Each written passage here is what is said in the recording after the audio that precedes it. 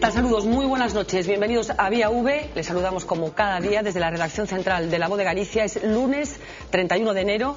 Las sospechas de corrupción urbanística en 3 ayuntamientos gallegos nos han obligado a modificar el rumbo del programa de esta noche. Inicialmente teníamos previsto dedicarnos monográficamente a hablar de economía una noche más, en concreto de las pensiones, de esas cifras insoportables de desempleo y del futuro de la Caja Gallega. Lo haremos en la segunda parte del programa, pero la actualidad se impone. Sabrán a estas alturas ya esa operación anticorrupción que ha tenido lugar durante todo el día en 3 concellos gallegos, en concreto en Fisterra, en Mazaricos y en Cee, con la detención de 8 personas, incluidos los alcaldes de estas 3 localidades. Paso a presentarles ya a las personas que nos acompañan esta noche. Andrés Faíñas, muy buenas noches. Buenas noches. Domingo San Pedro, muy buenas noches. Miguel Ángel Rodríguez, muy buenas noches. Buenas noches. Y Ramón Varela, muy buenas noches también. Buenas noches. Decían que la actualidad del día pasa por la Costa da Morte. Allí tenía lugar de forma inesperada una operación anticorrupción urbanística esta mañana, con la detención, como decíamos, de 8 personas, 3 regidores de las localidades, decía, de Fisterra, Mazaricos y Cee, 2 concejales también de Fisterra y 3 empresarios. 3 alcaldes, 2 concejales y 3 industriales han sido detenidos en a Costa da Morte acusados por delitos de tráfico de influencias, prevaricación, cohecho y falsificación documental. Un balance de 8 detenidos en la denominada Operación Orquesta, que ha mantenido en vilo a los ayuntamientos de Cee, Fisterra y Mazaricos. Desde primera hora de la mañana, los regidores de los 3 ayuntamientos, Ramón Vigo, José Manuel Traba y José Manuel Santos, han estado recluidos en sendas casas consistoriales, mientras la unidad de delitos económicos registraba las dependencias municipales, vehículos e incluso las residencias de los alcaldes. Agentes de la Policía Nacional han impedido la entrada y salida a los edificios tanto de funcionarios como de usuarios de estas localidades. La incredulidad de los compañeros del alcalde de Cee era absoluta. Non vexo por que van a intervenir o alcalde. Non lo entendo. No, por 2 ocasiones intenté entrar y no me dejan entrar. Con lo cual no sé qué es lo que está pasando dentro. Como socia de gobierno puedo decir que estoy muy tranquila y que estoy segura de que no hay nada ilegal ni irregular. Los alcaldes abandonaron los ayuntamientos alrededor de las 4 de la tarde, custodiados por agentes policiales. El juzgado de instrucción número 2 de Corcubión ha decretado secreto sumarial, pero no descartan que se produzcan nuevas detenciones. Bueno, los detenidos se encuentran en estos momentos en A Coruña, a la espera de pasar a disposición judicial. José Meixeiras es el delegado de La Voz de Galicia en Carballo. José, buenas noches. Hola, José. Hola. José Meixeiras, buenas noches.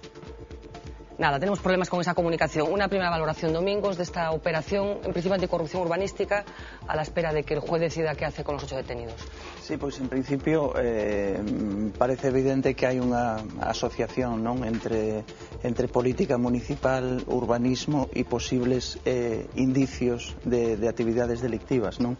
A mí o que me gustaría, bueno, polo que pudemos ir recabando ao longo de todo o día, é destacar que isto é produto de 2 anos de investigacións, de escoitas telefónicas tamén autorizadas, evidentemente, e que foi a raíz de todas esas escoitas, desas investigacións, o que dou lugar a esta actuación, non? Ademais,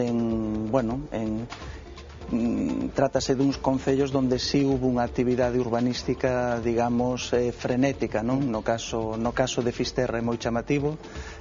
Todos coñecemos esa famosa recta da Anchoa, sí, e toda a actividade urbanística que hubo aí na última década, non? Entón, en fin, quero dicir, mantendo as cautelas... Sí, que requieren o momento actual. Temos esa comunicación, a ver se conseguimos falar con Xosé Meixeiras. Moi boas noites. Moi boas noites. Que tal, Pepe? Bueno, había algún indicio que permitira sospeitar que se iba a producir esta operación hoxe? A verdade é que non había ningún indicio de que se fose a producir este despliegue sin precedentes na Costa da Morte, onde foron detidos 3 alcaldes.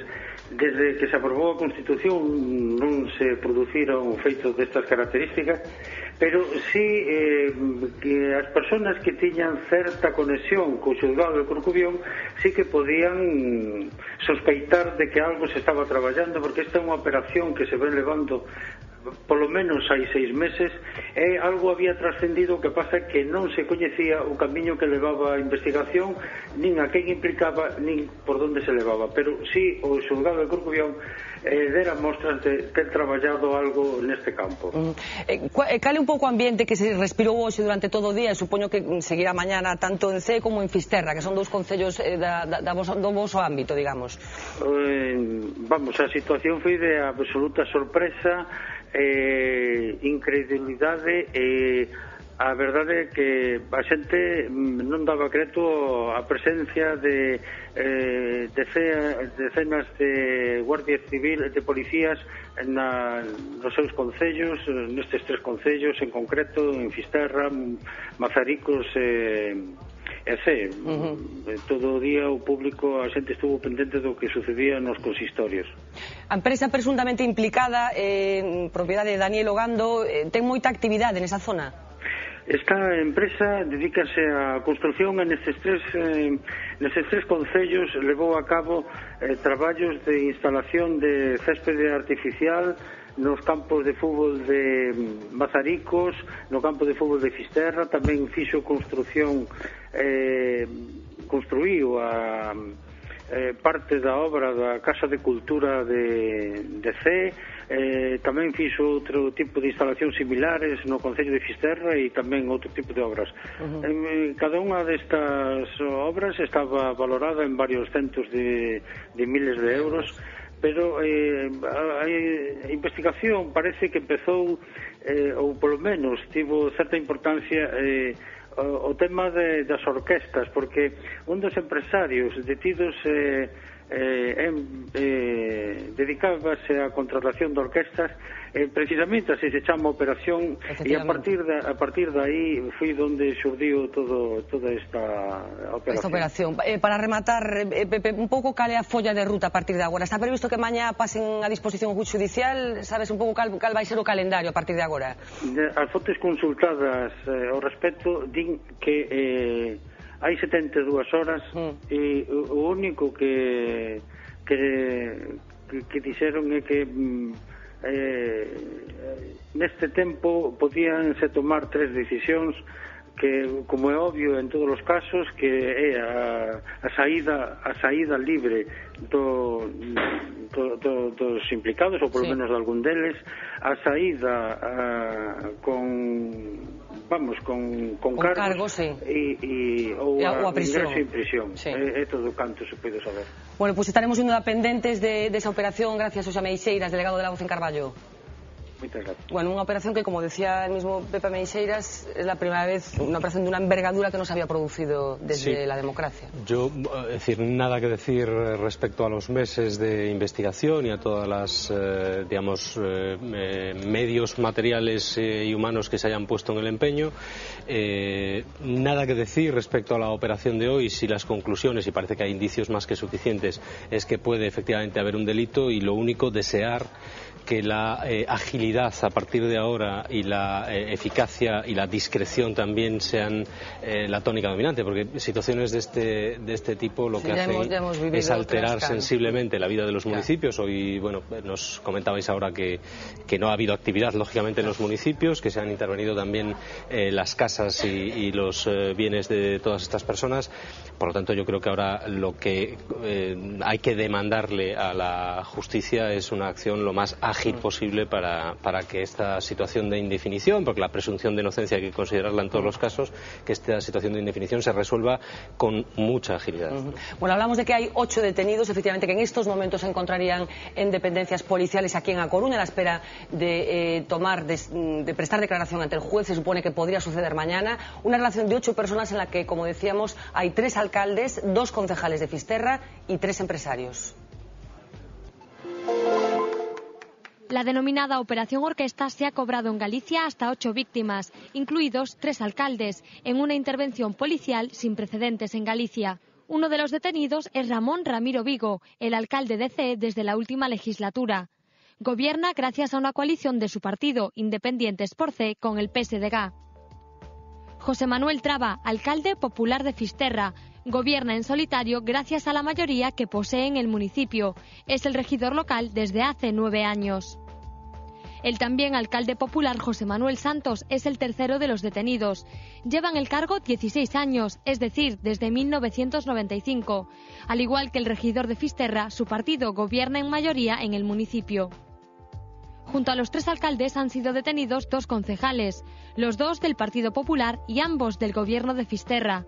Se trata de Ramón Redonda y Santiago Insua, concejal de urbanismo y primer teniente de alcalde respectivamente. Junto a los cargos políticos también han sido detenidos los empresarios Daniel Ogando y su hijo, así como Jorge López Lago, representante de orquestas que cuenta con antecedentes por tráfico de drogas.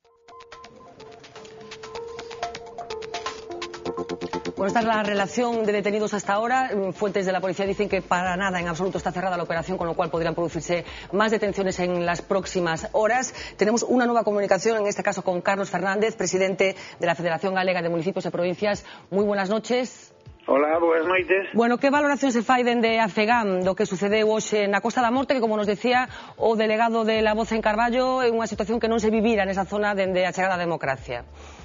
Bueno, pois a valoración en primeiro lugar é de perplexidade por lo que está acontecendo, de poñer moita atención, moito sisilo e moito seguimento a estos acontecementos que se teñen producido, ver tamén con expectación que é o que vai a sair de aí, non? Eu espero que en calquer caso cando o sumario sexa público, sexa coñecido e se poda acceder a él, pois este plenamente xustificada toda esta operación que ten moito tamén de espectacular, ten unha parte moi importante de alarma social, de espectacular.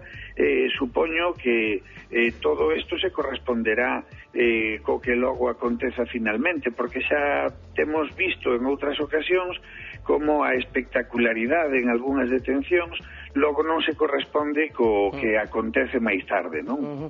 Fala desa espectacularidade na detención, efectivamente esa creación de unha certa alarma social, sobre todo nos sitios dos que estamos falando, sitios pequenos nos que os alcaldes son moi coñecidos por parte dos veciños. Cree que este tipo de operacións poden contribuir a que na cidadanía cale a sensación de que este tipo de presuntos delitos urbanísticos son habituais nos concellos, ou polo menos máis habituais do que deberían? Claro, porque isto trátase con frecuencia, pero logo cando o resultado final da instrucción se produce, en algunhas ocasións prodúcese para producir o sobreseemento dos asuntos, pois non suelen ter a mesma repercusión que teñen agora mesmo neste momento de detencións. O mero feito da detención dun alcalde, neste caso máis de un, pois crea unha alarma e é unha noticia absolutamente chamativa, non? Por lo tanto, eu espero que este asunto se este levando a cabo con máximo rigor, con máxima profesionalidade e que, polo tanto, o resultado final xustifique todo este movimento. O marxen dos delitos, señor Carlos Fernández, se teñen cometido moitos abusos en materia urbanística nos concellos galegos nos últimos anos? Bueno, eu creo que non, e desde logo non é algo en absoluto generalizable. Por moito que poda haber algún caso punible, teña en conta que hai unhas 4.000 e pico persoas, somos 4.000 e pico electos e electas nos diferentes concellos de Galicia. E por moito que poda haber unha minoría moi minoritaria que cometa pois algún acto punible despois de que se instrúe, despois de que se xuzgue, aínda así, aínda que isto fora así, son unha enorme minoría e desde logo non deberían de contribuir a empañar o bo traballo que día a día fan pois máis de 4.000 persoas en cargos públicos de administración local en Galicia. Bueno, estamos falando con Carlos Fernández, presidente da FEGAM, desa operación anticorrupción que se ten celebrado hoxe na Costa da Morte, pero queríamos aproveitar a súa presenza aquí en Vía V para que nos comente como están os concellos, como están pasando os concellos este vendaval.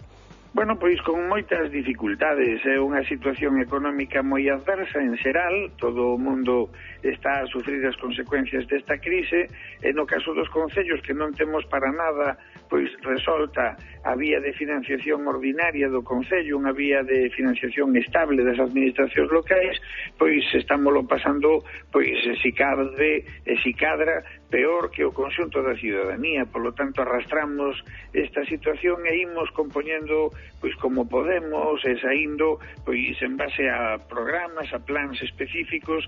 Nos 2 últimos anos anteriores, pois o plan E axudounos a sair adiante, a facer moitos investimentos de importancia na maior parte dos concellos, e agora, bueno, pois compoñemos como podemos para sair deste ano 2011, que é un ano tamén eminentemente difícil, e con un proceso de eleccións municipais tamén no medio de este ano, ¿no? Bueno, pues muchísimas gracias, Carlos Fernández, por atender como siempre la llamada de Vía V. Gracias. Encantado de estar con ustedes. Muy buena noite. Muy buena noite. Bueno, el presidente de la FEGAM decía que en absoluto era generalizable en los excesos urbanísticos. Yo no hablaba de delitos exactamente, pero no sé si compartimos la teoría del presidente de la FEGAM. Evidentemente nunca cabe generalizar. Obviamente, de todas formas, desta actuación o que sí resulta chamativo no momento en que se produce, non? Foi algo bastante parecido, creo ti recordaraste mellor, Miguel, ou de Gondomar, que foi tamén xusto no arranque da precampaña das municipais naquel momento do 2007, non? Aquí tamén está a punto de iniciarse unha campaña electoral e xusto se produce esta acción, ademais moi espectacular, con furgóns da policía en localidades pequenas onde non pasan precisamente desapercibidos. Eu creo que é o único rasgo que fai sospeitar, non, de que poda haber detrás, pode levarnos a temer que poda haber unha certa instrumentalización da xustiza e tal. De todas formas, penso que é moi cedo. Bueno, en el caso de Gondomar finalmente sí se concretó en... Sí, había también pruebas. Bueno, desconocemos también el nivel de las pruebas que tienen para llegar a la situación que ha ocurrido hoy, ¿no? Pero cuando antes yo hablaba de la conveniencia, de la agilidad, lo decía precisamente en el sentido que apuntaba Domingos, ¿no? Es decir, dentro de 3 meses hay un proceso electoral. Es evidente que la gente que es protagonista de esta noticia participa plenamente de ese proceso electoral, y sería bueno que se le restituyese o que se le juzgase y se le culpabilizase, si es que al final se determina eso, pues antes de que esto ocurra, porque es evidente que empaña toda esa campaña electoral, al margen de la alarma social propia del día como hoy y de los siguientes, ¿no? Porque me imagino que bueno, pues gobernar esos 3 municipios a partir de mañana va a ser cuando menos curioso. Bueno, pues tratas ademais de concellos con alcaldes con gran arraigo, xa, non? O sea, sí, es que porque veamos as fichas que moitos deles levan exactamente, moitos anos. É dicir, Santos Maneiro pois leva 4 mandatos, en fin, o de Fisterra estaba xa cando foi todo o sinestro do Prestige, o sea, xente que xa ten un percorrido, que son alcaldes moi sólidos nesas localidades. Con la incógnita que se abre ahora para el Partido Popular, que evidentemente tendrá primero que tomar posición en este asunto y luego que decidir qué hace con estas 3 personas como candidatos a la alcaldía. Habla precisamente, Miguel, del posicionamiento del Partido Popular. Como comprenderán, en el transcurso de hoy se ha pedido valoraciones a los representantes de los diferentes partidos políticos. Hay un denominador común a estas alturas de la operación, que es la discreción. Estamos pendientes do que está facendo. Dende logo, da representación socialista en todos os concellos brindaremos a máxima colaboración ca xusticia, e esperemos que sexa a propia policía ou a xusticia a que diga cal é o análise que está facendo. Nos non temos máis que decir que o que sempre decimos nestes casos, que estamos sempre de acordo coa xustiza, que esperamos que a xusticia traballe como sempre, con independenza, e que, polo tanto, mentras non saibamos ningún outro detalle de algo que está acontecendo xusto nestes momentos, non temos máis que engadir. O que vai facer o Partido Popular é o que fixo sempre: máximo respeto ás actuacións judiciais, máxima colaboración, e creo que neste intre non hai máis que decir sobre ese asunto, que mentres este a operación judicial en curso nos manteremos o máximo respeto polo que están facendo os xuíces, como sempre. Bueno, estas declaraciones las cogíamos hoy en Oporto, buscábamos las declaraciones de Alfonso Rueda, decía, las cogíamos en Oporto, buscábamos también una valoración del presidente de la Xunta, pero prefirió no hacerlo. Andrés Faiña, yo ya sé que no somos especialistas en estas cuestiones, pero como ciudadano incluso, ¿qué valoración nos merece lo que sucedía hoy en la Costa da Morte? Bueno, se ha hablado aquí, se ha hablado muy bien además, ¿no? Prudencia, esperar a ver lo que ocurre y que la justicia decida. De todas formas, como ciudadano, pues evidentemente una preocupación por temas que son muy repetitivos en nuestro país. Hay una razón de base. La razón de base es que el valor económico del suelo edificable surge de una decisión municipal tomada por unas asambleas y unos órganos políticos. Entonces, el decidir si un terreno es edificable o no es edificable significa un enorme incremento de valor. Entonces, en torno a este proceso, pues está claro que España no tiene un modelo que sea especialmente favorable para el urbanismo. Posiblemente debería reflexionarse sobre esto. Ramón. Bueno, pues, perdón, como economista, más que como ciudadano, como economista me sugiere la siguiente reflexión. Me sugiere lo positivo, bueno, dejando al margen, por supuesto, el caso este particular y asumiendo la presunción de inocencia, sin más, pero hablo en general. La lucha contra la corrupción y la lucha contra el fraude tiene una gran importancia económica, porque tenemos que tener en cuenta que se está jugando con dinero público. Y cuando se habla de fraude fiscal, cuando se habla de corrupción, significa que el resto de los ciudadanos tenemos que pagar más. Es decir, que para nosotros tiene un coste el que exista fraude fiscal y tiene un coste el que exista corrupción. Por lo tanto, no puede ser más que bienvenida cualquier lucha que se establezca contra el fraude o contra la corrupción. Y hablando de la crisis, ¿puede ser una consecuencia positiva de las pocas que pueda tener la crisis todos estos asuntos relacionados con el urbanismo, que como consecuencia de que se haya desinflado la burbuja inmobiliaria, pues supongo que este tipo de apaños dejarán de existir, ¿no? Bueno, Andrés decía bien, ¿no? Es decir, primero, una de las causas que es origen de esta crisis es precisamente el estallido de la burbuja inmobiliaria, que forma parte de todo este conglomerado de decisiones políticas, económicas y empresariales, ¿no? Entonces, una de las consecuencias también de todo este proceso de crisis en la salida, si es que de verdad estamos saliendo de la crisis, debería ser también una reflexión sobre el modelo, ¿no? El modelo que nos ha llevado a esta situación. Es evidente que tiene fallos y que es decir, deberían haber saltado ya las alertas suficientes como para ir poniendo remedios. Desgraciadamente, yo no veo que se estén poniendo remedios o soluciones en ese cambio de modelo. Las decisiones siguen teniendo el mismo origen, pasando por el mismo proceso y desgraciadamente teniendo finales como este, ¿no? Entonces, bueno, convendría, como decía Andrés, hacer una reflexión también sobre si es necesario cambiar parte al menos de este mecanismo para que este tipo de cosas o bien no sucedan o bien sean más fácilmente detectables. Bueno, pues era nuestro asunto de portada, la noticia sin duda del día aquí en Galicia, una noticia que tendrá seguro continuidad en los próximos días en cuanto pasen a disposición judicial las 8 personas que, como decíamos, han sido detenidas en las últimas horas dentro de esa operación bautizada con el nombre de Operación Orquesta, porque está implicado un empresario dedicado al mundo del espectáculo. Como decía al principio, nuestra voluntad hoy era hablar de economía una vez más, después de ese acuerdo sobre las pensiones que se adoptaba la semana pasada entre gobierno y sindicatos y cuyos titulares gordos son estos.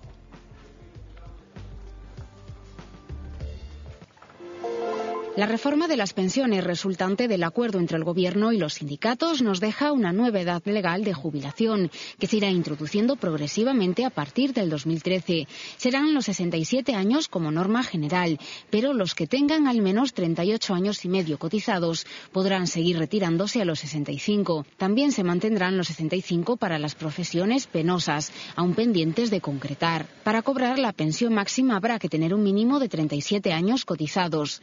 La prestación se calculará en base a los últimos 25 años trabajados y no sobre los últimos 15 como ahora.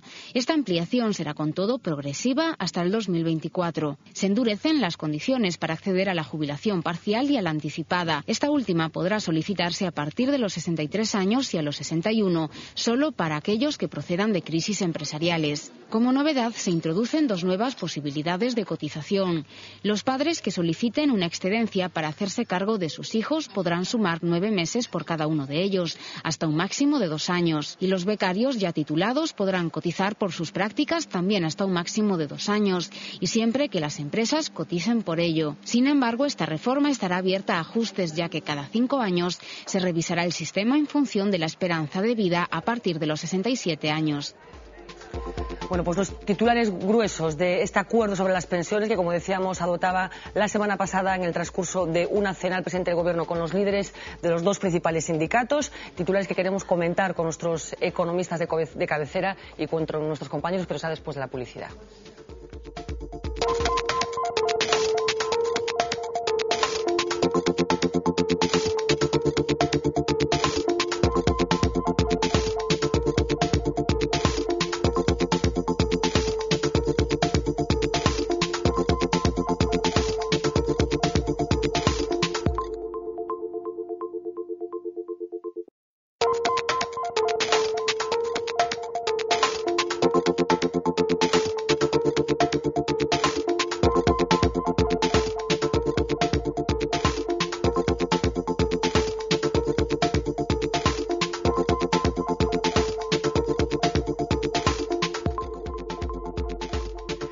10 minutos sobre las 10 de la noche, continúan en directo en Vía V. Hablábamos antes de la publicidad de esa reforma de las pensiones, un acuerdo fundamental para millones de españoles de aquí en el futuro, y un acuerdo que queremos compartir con las personas que nos acompañan esta noche. Andrés Faiña, la pregunta es, ¿era inevitable este acuerdo o esta modificación?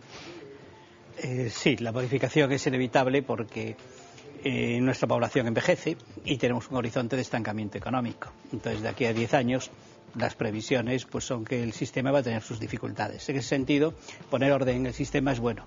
¿Qué es lo que ocurre? Se ha hablado mucho de la edad, pero el sistema son muchas piezas. La edad es una de ellas, tal vez no la más importante.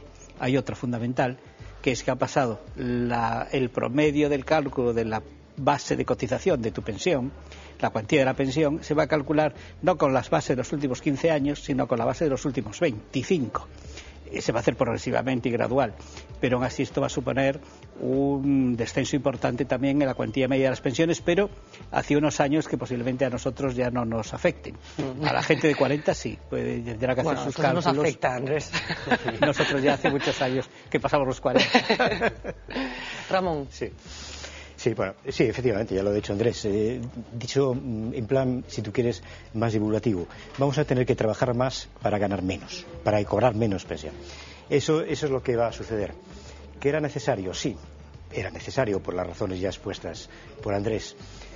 Pero yo haría la siguiente pregunta. Según parece, las estimaciones, dando toda la credibilidad relativa que se puedan dar a las estimaciones, apuntaban como el año, en el horizonte del año 2030, cuando podía existir problemas de sostenibilidad. Está bien que se haga de forma anticipada, es decir, está bien que tomemos previsiones, justo lo contrario que se ha venido haciendo durante la crisis, que hemos ido siempre a remolque de las circunstancias. Eso está bien. Ahora bien, la pregunta sería la siguiente: ¿por qué precisamente en este momento? ¿Por qué precisamente en este momento es cuando hay que tomar una decisión de este tipo?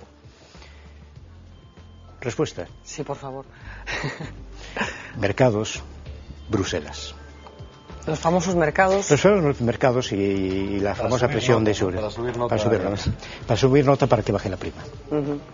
De hecho es manifiesto, porque de hecho los mercados lo han acogido bien, Bruselas lo ha acogido bien, Alemania lo ha acogido bien, etcétera, etcétera.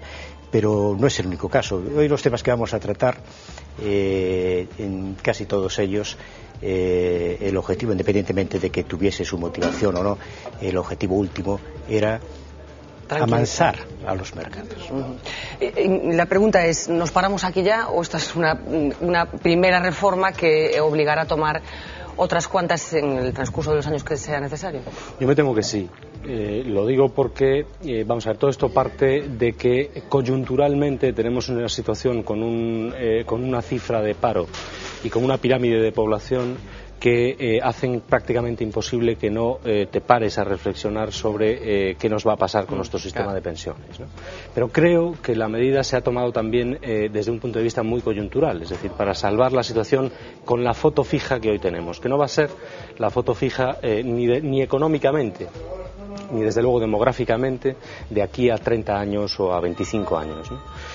A mí me da la impresión de que se ha decidido, como en cualquier economía familiar, cuando hay un problema, claro, cuando hay un apretón y cada uno en nuestra casa nos planteamos qué podemos hacer para gastar menos y también nos planteamos al mismo tiempo y qué podemos hacer para ingresar más. Creo que esta segunda reflexión no se ha hecho a la hora de abordar todo este problema de las pensiones. Y a mí me parece importante actuar por la vía de los ingresos.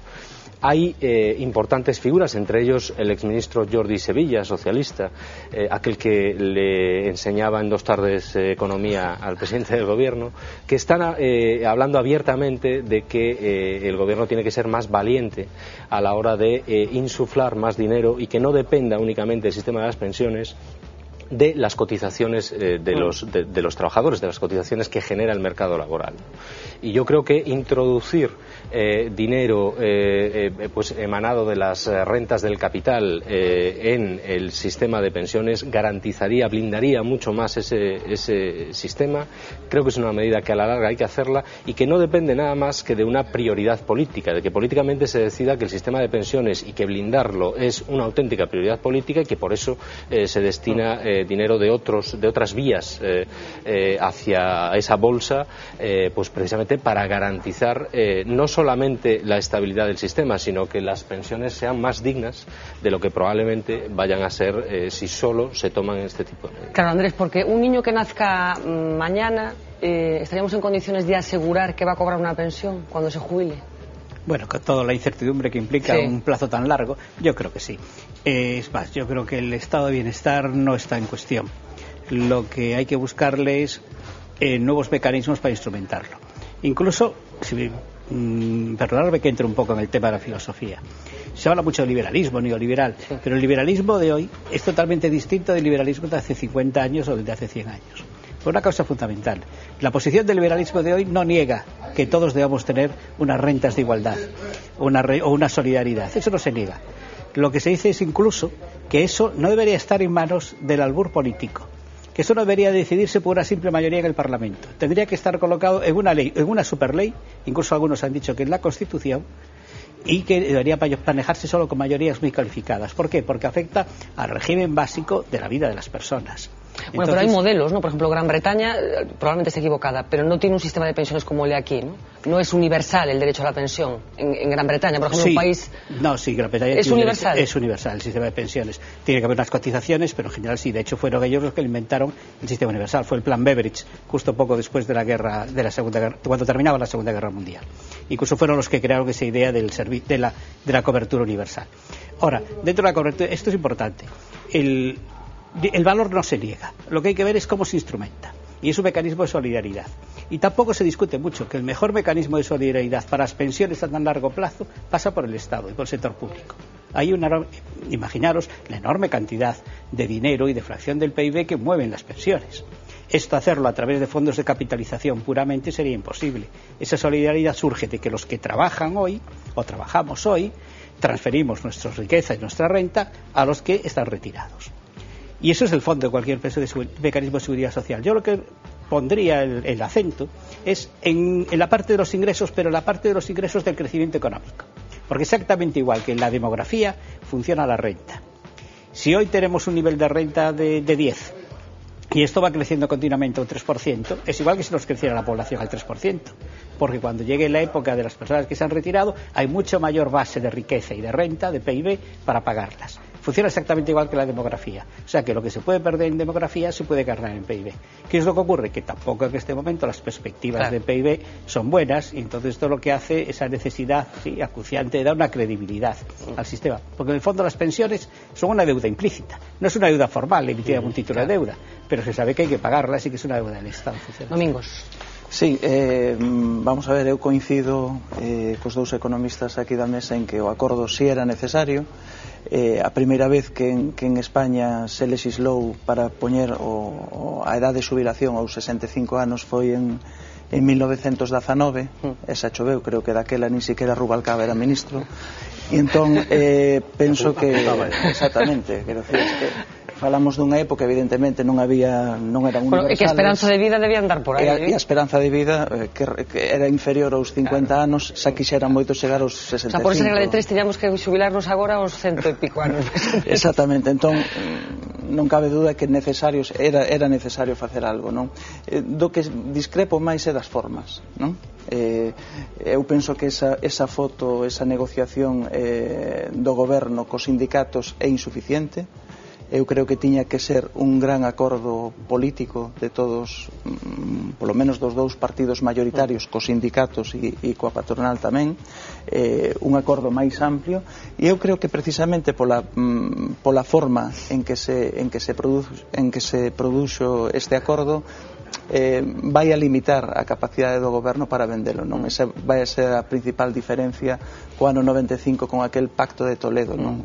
Tomado tamén nunha situación na que o goberno de Felipe González xa estaba nun ciclo moi descendente, pero que sin embargo foi un acordo en positivo que se conseguiu vender socialmente e con certa trascendencia de futuro, non? Sí, de hecho, o PP está como descolocado estos días, non sei moi ben. Exactamente, aquel acordo foi a base do que temos hoxe, pero eu teño grandes dúbidas de que realmente o goberno de Zapatero poda rentabilizar este gran acordo, porque é un gran acordo, pero en términos políticos, electorales. Bueno, la buena noticia de la semana pasada fue precisamente este acuerdo que, como decíamos, se producía en el transcurso de una cena en la Moncloa en la que participó Rodríguez Zapatero y los líderes de los dos principales sindicatos, pero hubo malas noticias como casi todas las semanas.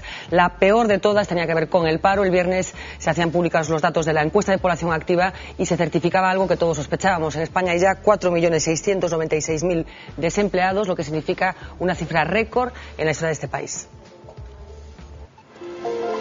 Atención, este puede ser un gráfico no apto para cardíacos. Y es que ya no hacen falta titulares alarmistas, grandes reflexiones o gurús de la economía, porque los datos tienen vida propia. A día de hoy se pierden más de 1.500 puestos de trabajo diarios en España. La cifra total ronda ya los 4.700.000 desempleados, 130.000 más que hace solo 3 meses. Y aunque este otro gráfico parezca un poco menos dramático, ojo, porque Galicia destruye a diario 278 empleos. Es cierto que los demás están peor que nosotros y que somos la quinta comunidad con menos paro de España, pero Galicia cerró el año con la tasa más alta de desempleo de los últimos 11 ejercicios. Un total de 203.500 gallegos están sin trabajo y las malas noticias no se quedan ahí. Según los datos de la última encuesta de población activa, hay 17.400 trabajadores que han dejado de ser considerados activos, es decir, que el paro sube, aunque hay cada vez menos gallegos en disposición de trabajar. Los demás parámetros de la encuesta tampoco son muy alentadores. La tasa gallega de paro juvenil supera el 36% y 8 de cada 100 hogares tienen a todos sus miembros en el paro. Así las cosas, es difícil creer en los que dicen que 2011 será el año de la recuperación. Pues yo he de confesar que siempre que se habla de paro me producen absoluta perplejidad las cifras y sobre todo me parecen incompatibles con la paz social. ¿Cómo es posible que con estas cifras de paro, sin que de momento parezca que se vayan a corregir, la cosa siga fluyendo, Andrés? Pues en cierta manera es una gran pregunta y eso es lo que no entiende nadie fuera de este país.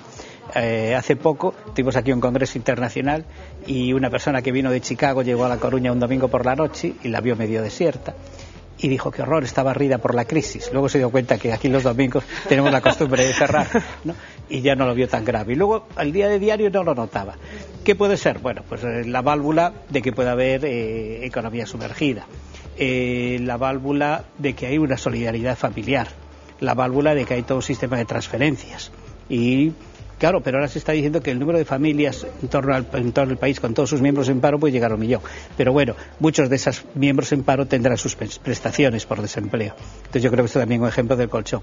De alguna manera, en la España de hoy ya no es la España de hace 40 años. Hay otro nivel de riqueza y esto permite otros mecanismos. Ahora, la situación es muy grave y sobre todo es gravísima por su volumen, por la dinámica que lleva, que por desgracia no se le ve que vaya a mejorar, y por lo que afecta a toda nuestra generación joven, más de un 40% de desempleo juvenil. Ramón, ¿hay perspectivas de que cambie? Hoy el presidente del Gobierno en una entrevista en televisión decía que en el segundo semestre del 2011 empezaría a crearse empleo. Yo no sé si nos lo tenemos que creer o no. Bien, eso decía el presidente del Gobierno. ¿Por qué puede cambiar? Porque aumenta la producción. Ahora bien, las medidas que se han tomado, que no ha quedado más remedio que tomarlas porque se han visto obligadas a tomarlas desde el Gobierno, son medidas que van precisamente en contra del crecimiento económico, porque fueron medidas de subida de impuestos, recordad el IVA, la subida del IVA, son medidas de reducción de gasto público. Salió hoy precisamente, salió una cifra que dieron los empresarios de las grandes constructoras diciendo que la licitación de obra pública se redujo en casi la tercera parte. Una tercera parte, se redujo en una tercera parte. Entonces, si se reduce el gasto público, si aumentan los impuestos, los ciudadanos consumen menos, el Estado gasta menos, no se ve una solución fácil. ¿Por dónde puede salir? Pues mira, ¿por dónde está saliendo? Hoy precisamente salieron, no sé si lo habéis visto, las cifras adelantadas, era un adelanto nada más, del crecimiento, en este caso el decrecimiento del PIB del año 2010. Y cae la economía española 2 décimas. Menos mal, se esperaba que cayese 3 décimas, pero cae 2 décimas. Entonces, si se ha reducido el consumo, si se ha reducido notablemente el gasto público, si los empresarios no invierten, eso se puede mostrar con cifras. ¿De dónde viene esta neutralización de todas estas caídas para que solamente caiga la producción un 0,2, pues viene prácticamente del exterior. Viene prácticamente del exterior gracias al impulso de las exportaciones y al empuje del turismo de los turistas extranjeros. En cualquier caso, si efectivamente se cumple esa previsión... Sí. Perdona, es que creo que no te he contestado la pregunta. Ahora seguimos, no te preocupes. La respuesta sería, no lo sé. No lo sabes. Claro, es que la pregunta que te iba a hacer, Miguel, es si efectivamente se cumple esa previsión del presidente del Gobierno de que se pueda empezar a crear empleo en el segundo semestre de este año. Hay que crear mucho empleo para que las cifras de desempleo empiecen a ser presentables, ¿no? Sí, bueno, y yo no sé si está en condiciones la economía española de crear tanto empleo. Parece haber una coincidencia entre los economistas respecto a que hasta que el PIB esté creciendo a un ritmo de más o menos el 2-2,5%, es muy difícil que la economía genere empleo de una manera sustancial, digamos, que se note, ¿no? Hay algunos datos especialmente preocupantes, ¿no? Yo antes comentaba Andrés, más del 40% de los jóvenes no tienen empleo y más de 1 millón de familias tienen a todos sus miembros en paro, ¿no? Se está subsistiendo por la solidaridad familiar, ¿no?, de la que hablábamos antes. Pero yo creo que, sinceramente, en la economía se han tomado muy pocas medidas para reactivar la actividad industrial, ¿no? Es cierto que a los inversores les cuesta mucho confiar en España, pero también es cierto que España está dando muestras de que no es fiable. Y ha hecho una reforma del mercado laboral para agradar a los mercados, pero de una manera tímida.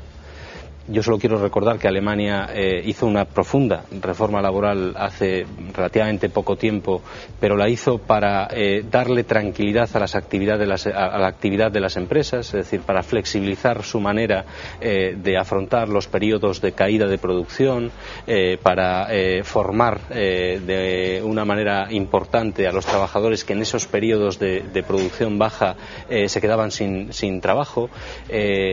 Bueno, pues nosotros hemos hecho una reforma laboral muy tímida, que no ha entrado en ese aspecto. Y tampoco reforma que tampoco está influyendo en el desempleo, ¿no? Bueno, a los datos nos tenemos que remitir, ¿no? Entonces, cosa que ya se sospechaba, ¿no? El optimismo de nuestro presidente del Gobierno viene siendo habitual, tanto para negar la crisis cuando era evidente, como para hablar de los efectos de las medidas que estaba tomando su Gobierno. Yo creo que esta es una muestra más de su optimismo, que seguramente lo hace con toda la buena voluntad del mundo, pero realmente yo no veo ningún dato económico que me lleve a pensar que efectivamente en el segundo semestre del año que viene esto va a dar un giro tal que nos permita estar en una situación de generación de empleo. No hay, argumentos económicos que sostengan esa afirmación.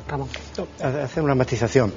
Lo que sí se está poniendo de manifiesto es que la destrucción de empleo está reduciéndose significativamente.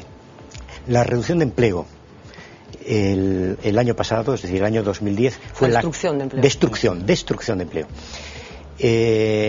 Fue la quinta parte de la vida en el año 2009. Esa tendencia parece que es lo menos negativo de todo esto, claro. Pero hay que después crear los empleos que se destruyeron, ¿no? Exactamente. Bueno, hablábamos del paro en Galicia, de que 278 gallegos se quedan cada día sin trabajo aquí en nuestra comunidad, y la verdad es que todos los índices económicos, cuando se trata de hablar de Galicia, tienen un problema, que es las cifras de demografía. Así que cuando se combinan desempleo, demografía y pensiones, en el caso de Galicia salen cifras para ponerse a temblar. Parece que la reforma de las pensiones supondrá un alivio para las maltrechas arcas del Estado español. El progresivo aumento de la edad de jubilación hasta los 67 años ayudará a que el sistema de seguridad social ahorre alrededor de 8.800 millones al año, una cantidad nada desdeñable dada la actual coyuntura. No obstante, en el caso gallego, la nueva normativa en materia de subsidios de jubilación tendrá un efecto calmante, pero no resolverá el problema de fondo, la pérdida continuada de población activa. El envejecimiento poblacional y las bajas tasas de natalidad ponen en entredicho la supervivencia del sistema público de pensiones en nuestra comunidad. Según datos del Instituto Nacional de Estadística, el número de personas en edad de trabajar caerá en Galicia en un 7,2%, 128.577 cotizantes en 2027, fecha en la que el retiro se fijará definitivamente a los 67 años. Y la tendencia demográfica parece que no tiene trazas de cambiar si atendemos a las proyecciones de población más allá de 2030, que auguran que Galicia siga perdiendo población joven. La reforma de las pensiones supone, pues, para Galicia un parche en la rueda del sistema del bienestar, una rueda que tendrá que aguantar los achaques de circular por una de las carreteras más envejecidas de todo el país. Bueno, Domingos, o gran problema económico de Galicia o seu envellecemento da súa población? Bueno, pois é un problema que ten efectos sobre todos os demais, evidentemente. É un gran problema estructural xa de Galicia e que, bueno, ten efectos sobre o empleo, sobre a sanidade, sobre a prestación de servicios. Eu creo que é un problema que ademais non se está tomando realmente en serio. No último debate do Estado da Autonomía, hai un ano xa case, un dos acordos, dos poucos acordos que hubo entre todos os grupos políticos foi crear unha comisión para empezar a abordar este problema, a revitalización demográfica, creo que lle chamaban. Hubo tamén durante o fraguismo, Andrés poderá recordar moi ben, hubo iniciativas dirixidas aí, políticas que intentaban incidir na natalidade, pero non se está abordando realmente con seriedade este problema. A comisión está creada, está constituída. Pois non será porque os demógrafos non estén avisando do camiño que estamos levando. A comisión esa parlamentaria non nos dou o recado e en fin, quero dicir, o problema sigue aí de fondo, non? Andrés, repito la pregunta, ¿es la demografía un gran problema económico? Es un problema limitativo, y no solo de la economía, sino de la potencia de una sociedad, porque en general la gente mayor es menos emprendedora que la joven. Y además cambian, es sorprendente. Recientemente se han empezado a estudiar los efectos del envejecimiento, y no sociedades tan envejecidas como nosotros o pequeños, sino en grandes sociedades, el área de Chicago en Estados Unidos, y el efecto del envejecimiento de la población cambia todo, porque cambia desde los gustos. La comida es diferente de una persona mayor que de un chico joven. Los gustos deportivos, la ropa, etcétera, todo. Entonces es un cambio radical en la economía. Puestos desde Galicia, que somos una región pequeña, periférica, integrada en la Unión Europea, hay un tema que nos va a afectar mucho. O quizás la única salida que podamos tener es pues internacionalizarse más, salir más hacia afuera para obtener nuestro valor y comunicarnos más. Jorge Gurriarán lo decía en una de las sesiones anteriores. Aumentar esta conexión con el exterior y salir afuera es fundamental. Y también es fundamental para superar nuestro carácter periférico. Porque siempre se pensó que la perifericidad era una cosa que te desconectaba. Pero no solo te desconecta, porque te pone en una desventaja competitiva. Porque estás más lejos, tienes que pagar más por llegar al mercado. ¿Y cómo juegas esto? Con menos costes, con menos salarios. Y eso hace que, como los salarios más cualificados o los de la gente más instruida, pone un castigo, la perifericidad supone un castigo a la inversión en capital humano, a la formación humana, que es el verdadero motor del desarrollo y la base de la sociedad y de la economía y de todo. Entonces esto lo tenemos que superar siendo conscientes de ello y fomentando nuestra conexión con el exterior, ya que estamos lejos, buscar más redes, ya que... Porque el envejecimiento de la población suele ser una consecuencia inevitable del enriquecimiento de una sociedad. ¿Sucede siempre que una sociedad se enriquece, baja la natalidad, o no tiene por qué? Yo creo que no necesariamente, pero es lo que ha ocurrido en nuestro modelo occidental, puesto que la sociedad se enriquece, va ligado a que las mujeres entran en pie de igualdad en el mundo laboral, cosa a lo que tienen totalmente derecho, que las edades de formación se retrasan. Yo tengo una hija de 32 años y claro, pues haces tu carrera, haces tus estudios posgrado, haces tu máster, tienes tu pista profesional. Entonces tenemos toda una serie de exigencias profesionales que en cierta forma restringen o van en contra de la decisión de tener hijos. En demografía, evidentemente a natalidade non é o único que pode resolver este problema, non, do avellentamento da población. Está a inmigración. Entre o ano 2003... Sí, pero non é que en Galicia ninguna cousa nin a outra. Exactamente. En España, entre o ano 2003 e o ano 2008, a población española medrou 5 millóns de persoas. A población activa medrou en paralelo. En Galicia, non? Eu penso que en gran medida o feito de que aquí non viñeran inmigrantes tamén contribúe a que aquí tiveramos unha taxa de emprego relativamente boa, non? É dicir, porque non ven unha poboación foránea a intentar buscar aquí un traballo, é dicir, está todo ligado e a demografía non se entende sin actividade económica, pero sobre todo laboral. É dicir, se as familias non ven perspectivas de ter un emprego, de que os seus fillos teñan un futuro e así todos, é dicir, tampouco hai motivos para afincarse aquí, búscanse expectativas fora e iso conduce ao avellentamento. É fundamental ter condicións laborais, boas condicións económicas para que a poboación se asente no territorio. Que se asiente y que tengamos capacidad de atracción, porque es decir, lo que tenemos es una capacidad de centrifugación, ¿no? Estamos expulsando a la gente más joven y a la que está mejor preparada. Porque Galicia, volvemos a lo que comentábamos antes también, ¿no? En el momento en el que la economía genere expectativas laborales, de negocio, de inversión, pues eso contribuye de una manera determinante a darle la vuelta a esa tortilla maldita, ¿no? De estar echando gente de la tierra para empezar a recibir sobre todo personas cualificadas y con las inversiones bien tejido empresarial que pueda ayudar también a paliar un poco la diferencia entre el interior de Galicia y la costa. Y yo creo que decir, no tenemos que buscar la solución en la natalidad, que supongo que también, sino realmente en la recuperación de actividad económica que nos permita ser un objetivo de personas que no viven aquí pero que desearían hacerlo. Miguel habla, enseguida te doy paso, Ramón. Miguel habla de atraer en lugar de centrifugar, pero los ejemplos contrarios que tenemos esta capacidad para echar a la gente fuera se siguen sucediendo. Este jueves se celebra, como ya sabrán, la cumbre hispano-alemana aquí en España, y uno de los asuntos que está sobre la mesa es esa oferta laboral que se ha concretado por parte del gobierno de Angela Merkel, que pretende captar mano de obra cualificada aquí en España. Un mercado una oferta inicialmente destinada a licenciados, a gente muy bien formada que tendrían su hueco en el mercado laboral alemán. Alemania busca entre las largas colas del paro español a candidatos para trabajar en sus fronteras. Después de que Angela Merkel anunciase su intención de cubrir el déficit de mano de obra alemán con licenciados españoles, hoy sus palabras son ya una realidad y ya conocemos los requisitos necesarios para obtener un empleo en tierras teutonas. Para empezar, tendrán que conocer el idioma, al menos con un nivel intermedio, y acreditarlo conforme al marco europeo. Además, aquellos que su formación responda a las áreas de sanidad, ingeniería, docencia, turismo y hostelería tendrán más posibilidades, ya que estas son las áreas preferentes de reclutamiento.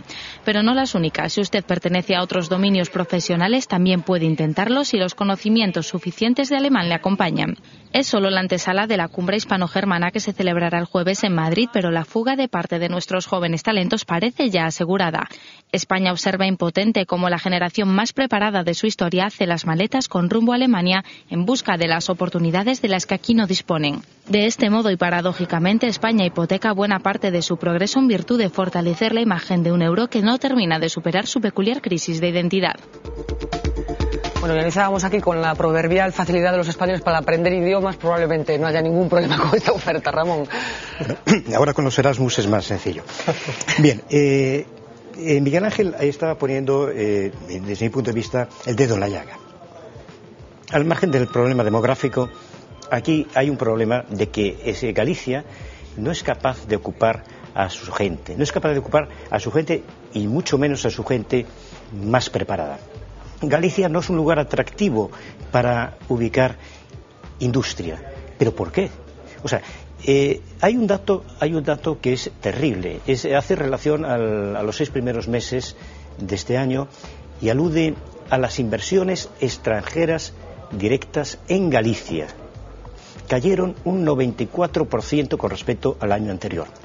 Ya sé que en esto hay que medirlo con mucho cuidado, porque a lo mejor una decisión de una empresa puede alterar mucho estas cifras, pero en cualquier caso, sí, la cifra creo que era pues, algo tan ridículo, pues no, 4 millones de euros me parece, en los 6 primeros meses del año anterior. Entonces, lo que tendríamos que plantearnos, y lo digo sinceramente, para mí es incluso esto mucho más importante que el tema de las calles, de las cajas de ahorros y demás, desde el punto de vista de desarrollo del país, es ¿por qué no somos atractivos? Y aquí, si me permite suplantarte, yo querría hacer una pregunta. Se quería hacer Andrés, que Andrés fue director general de la Junta y se convirtió en el epicentro de los fondos europeos. de la gestión de los fondos europeos. Andrés, ¿qué ha pasado con todos estos fondos? No hemos sido capaces de hacer más atractiva. Andrés y yo somos íntimos amigos. No hemos sido capaces de utilizarlos de tal manera que pudiésemos hacer más atractiva Galicia para las inversiones. No somos capaces de seducir a los inversores extranjeros. ¿Por qué? Bueno, la pregunta que podéis ver es para contestarle con una enciclopedia. Pero voy a centrar en dos temas. Claro, los fondos europeos. De los fondos europeos puedo darte un testimonio y luego una información profesional, pero al fin y al cabo pues me sigo dedicando profesionalmente también a eso. Soy digamos que el jefe de fila en España para la evaluación de los fondos estructurales, especialmente de FEDER, de la Dirección General de Política Regional para la unidad de evaluación. Entonces tengo incluso la experiencia de que he evaluado lo que estamos viendo con este periodo. En general, ¿qué se hizo con los fondos europeos en España? Pues bastantes cosas. En general, el uso que se les dio fue correcto y en actividades que fueron rentables. ¿Qué es lo que ocurre? Que esa rentabilidad puede no ser la máxima. Pero muchas veces también lo que ocurre con los niños cuando van al colegio. Oye, porque no saques todos sobresalientes, con que saques notables yo me conformo. Entonces, esto hay que verlo y hay que verlo también en su contexto. Luego la situación es compleja, pero si fijamos lo que hicieron los fondos, hay dos cosas que nos dio Europa. Uno, los fondos estructurales, que yo creo que fueron importantes, aunque hay evidentes casos en que se hicieron mal, y que aquí pues denunciaron una larga algunos. lista, Andrés, bueno, pero de es una cosas larga que lista, se hicieron mal. Fíjate, pero es una larga lista de pequeños proyectos. Por ejemplo, pues se denunció una larga lista de pequeños proyectos, algunos podrían haber sido interesantes, eran proyectos de mucho riesgo, pues desde un observatorio astronómico en Ribadeo, hasta un centro de interpretación de la naturaleza en tal, que es una pena como está destruida. Bien, estos casos existen, y existen otros que a lo mejor no fueron tal. Pero, en general, los fondos europeos permitieron el gran cambio del país. Una cosa, siempre se invirtió mucho en infraestructuras, cierto, pero nuestro país es un país periférico, es un país de mucho territorio. Incluso hoy se sigue invirtiendo. El AVE se hizo una prioridad y los ferrocarriles siguen siendo una prioridad importante. Esto, dada la situación periférica en la que estamos, la Comisión Europea, que siempre apostó por lo contrario, entendió la situación de España. Luego, lo que no se sabe es que los fondos europeos se destinaron a formar capital humano del país. Mucho, por ejemplo, pues en concreto en Galicia, los ciclos formativos de la enseñanza profesional, los que llegan a la inserción, los que tuvieron un éxito, fueron financiados con fondos europeos. La puesta en marcha de todos esos ciclos formativos fue financiada con Fondo Social Europeo. Un uso para el Fondo Social Europeo ejemplar. Y hay muchos casos, pues tenéis otros que siempre poníamos, pues el Instituto de Acuicultura de la Ría de Arosa, y varios más. Y hay ejemplos de excelencia. Lo que pasa es que los gallegos somos muy poco dados al marketing y determinados políticos gallegos tampoco les gusta.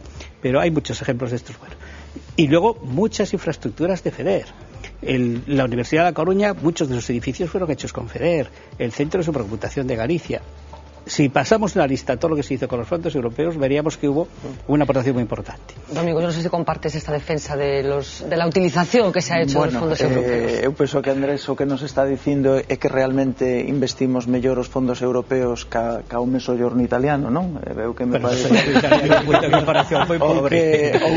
Ou que Sicilia. No, entón, eu poñería máis que a media. Entón, e quitando estas expiacións obvias da media, moi por baixo. Eu diría o mellor, bueno, cando menos deixadémolo na media, pero evidentemente a media é insuficiente, non? Eu penso que bueno, a todos se nos veñen agora mesmo a memoria pois cantidade de obras de contenedores feitos con fondos europeos que non sabemos ben para que están, non? Agora en día, efectivamente os fondos europeos contribuíron algo en España, en toda España, non só en Galicia, que a corregir esa fenda en infraestructuras, non? Eso en capital humano tamén. Ese foi fundamental, en capital humano tamén, pero eu creo que realmente non se lle sacou o proveito que se lle tiña que ter sacado.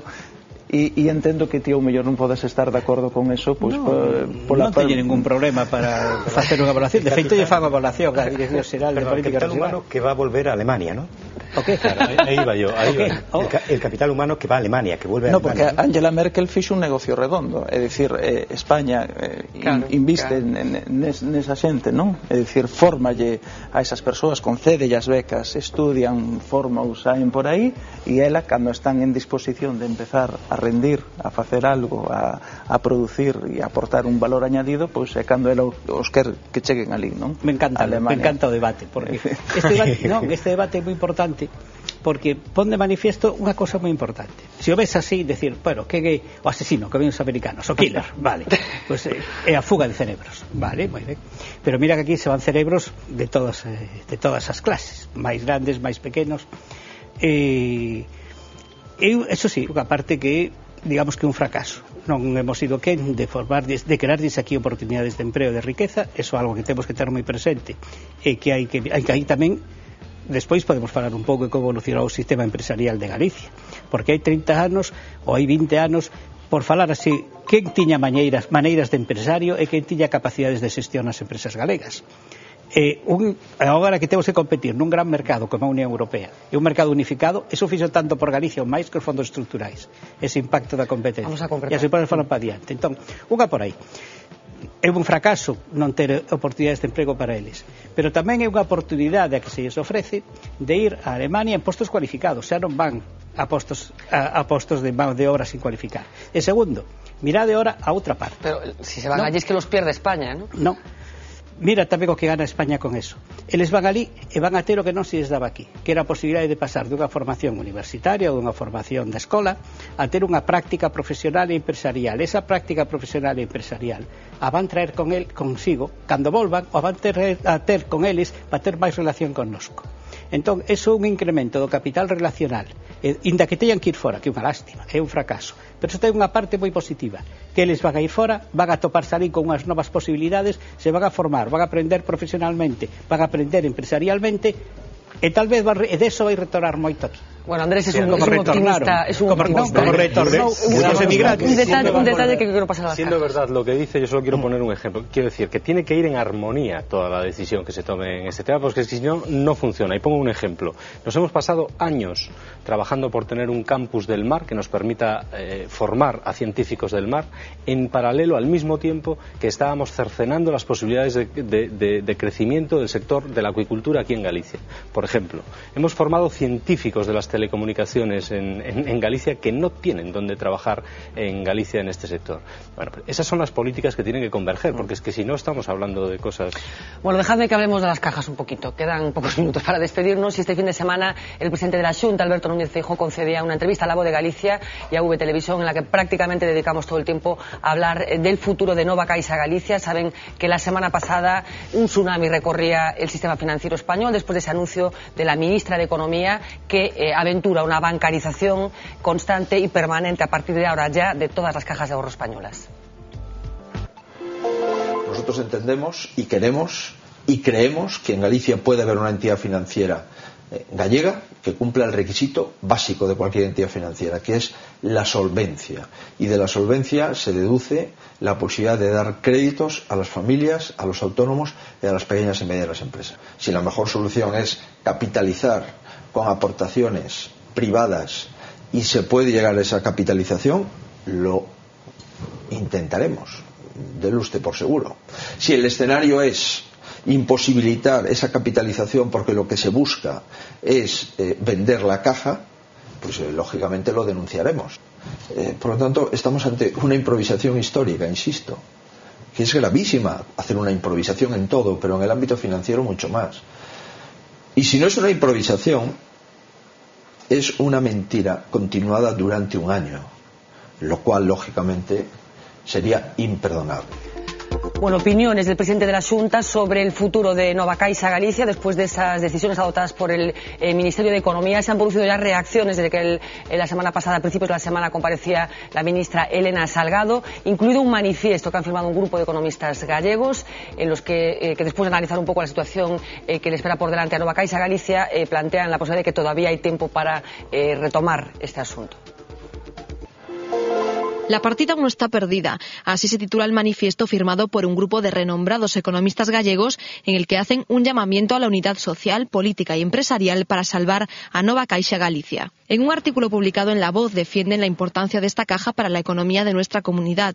Recuerdan que en la cuarta parte de los municipios gallegos esta es la única entidad financiera disponible, que casi un 90% de nuestras pymes tienen crédito en Nova Caixa Galicia y que financia el 70% del capital de riesgo que impulsa a las empresas de nueva creación. recuperación. Sostienen además que Galicia necesita seguir disponiendo de entidades financieras con centro de decisiones situados en nuestra comunidad, que ya pasó la hora de lamentarlos y que ha llegado el momento de trabajar en positivo. Si en el 2010 fuimos capaces de ganar la batalla de la fusión, en el 2011 también podremos conseguir ganar la continuidad de Nova Caixa Galicia. Aún estamos a tiempo, la partida no está perdida. Bueno, Andrés es uno de los firmantes de este manifiesto. Os veo más optimistas a vosotros que al presidente de la Xunta, ¿eh? Bueno, lo que nosotros, yo creo que la esencia del comunicado, es decir, que la institución de las cajas, y en concreto lo que hicieron, poner en valor lo que han significado. Pone en valor lo que hay por un elemento de proximidad, porque los proyectos son mucho más fáciles de llegar a alguien que está en tu entorno que está lejos. Volvemos al tema de la periodicidad.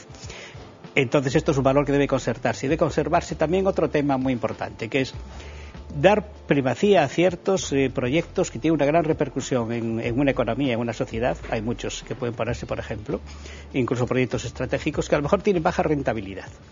¿Qué implica para una entidad invertir en proyectos de baja rentabilidad? Pues eso en puras empresas que cotizan en bolsa es un suicidio. Por ello en las cajas hay otro elemento de valor, aunque sea un elemento muy romántico.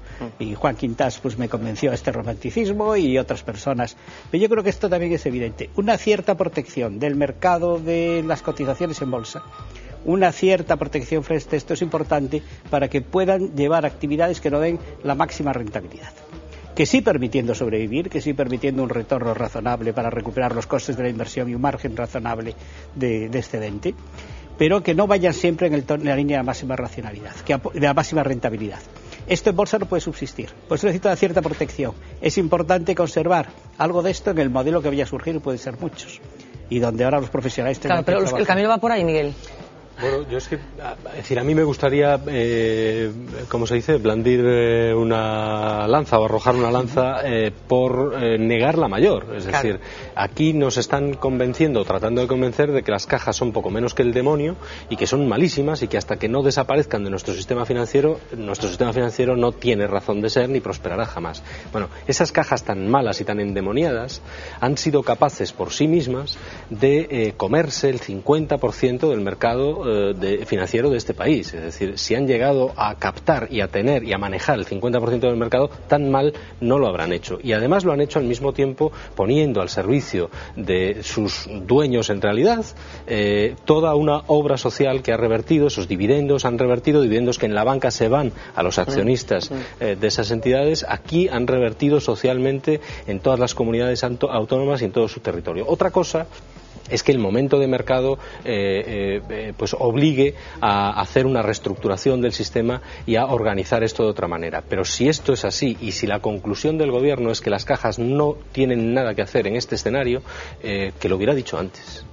Y que no hubiéramos perdido tanto tiempo y tanto dinero haciendo una reestructuración. Por tanto, ahora el modelo está cuestionado por el gobierno, pero yo creo que no está cuestionado por la sociedad. Y que los mercados estén poniéndonos la prima de riesgo a 225 puntos o no cubriendo las emisiones de los grandes bancos puede ser responsabilidad de las cajas, en parte, pero en gran medida responsabilidad de cómo está la economía de este país y de las decisiones que el gobierno ha tomado para esa economía. Bueno, déjame que nos vayamos a la primera del periódico de mañana. Hay algún titular relacionado con las cajas también que le den último lugar para cerrar ya el debate, pero inevitablemente el titular de apertura de esta primera página pasa por esa operación que tenía lugar hoy por la mañana en Fisterra. Detenidos los alcaldes de Fisterra, Mazaricos y Cee por prevaricación. En la operación Orquesta por cohecho, falsedad y otros delitos también fueron apresados 2 concejales y 3 empresarios. La foto de primera también es para esta operación, en concreto una foto del alcalde de Fisterra cuando salía del ayuntamiento escoltado por agentes de la Policía Nacional. Otro titular que les comento de esta primera página de mañana: el ejército egipcio considera legítimas las protestas contra Mubarak. Y de educación, un titular también dramático que también de alguna manera tiene que ver con todo lo que estamos hablando de esta crisis general. España es el segundo país de Europa tras Malta con la tasa más alta de fracaso escolar. Y de las cajas, lo que les adelantaba, ya son 4 las cajas que han anunciado su salida a bolsa. La Caixa y Caja Madrid participaron en la negociación para bancarizar las entidades de ahorro, algo que se sospechaba desde el principio que estas 2 entidades podían estar detrás. Ramón, un apunte antes de despedirnos. Un apunte. Bien, efectivamente las cajas pueden desarrollar potencialmente una labor magnífica en el territorio, lo ha comentado también Andrés. Ahora, hay que reconocer también que han cometido graves errores, hay que reconocerlo. Y bueno, y si en algún momento llegase un banco Pues bueno, y si fuese un banco con capital gallego y que viese oportunidades de negocio en Galicia, sería magnífico. No nos olvidemos de una cosa. El gran promotor industrial del siglo pasado en Galicia fue un banco, no fue una caja de ahorros. El Banco Pastor. Domingos, cierras tú. Sí, eu creo que hai Vale. eu creo que hai un movimento precisamente que nos queren facer creer de que os bancos e as caixas son o mesmo e non son o mesmo. Eu creo que eso ten que quedar diametralmente claro. As caixas en principio o seu ánimo non é o lucro, os bancos sí, os beneficios os bancos repártense entre os seus accionistas, entre os seus propietarios, e os beneficios das caixas revirten a través da obra social na sociedade, non? A parte, as caixas teñen un vínculo territorial moito máis forte porque normalmente son institucións creadas ao abeiro de diputacións, concellos, por tanto está fora de toda dúbida, non? Eu creo que o seu papel é fundamental e quero dicir, comparto en parte o que di Ramón, que é verdade que se fixeron golferías, é certo que as caixas, pois os seus balances poden estar contaminados, pero hai un regulador, hai un Banco de España que tiña que ter falado cando correspondía, ¿no? Andrés, un titular. Nada, muy cortito. Resaltar una parte del manifiesto que no lo escribí yo, pero que suscribo plenamente, y es que hay muchos culpables, hay muchas cosas, pero ahora lo importante es ponerse todos juntos a trabajar para buscar una solución y sacarlo adelante, que va a ser difícil, pero que hay que hacer. Bueno, pues con esa llamada a la unidad proclamada por Andrés Fraiña nos despedimos hasta mañana. Regresamos a partir de las 10 menos 20, como siempre, en directo. Les dejo con los titulares del día. Sean felices.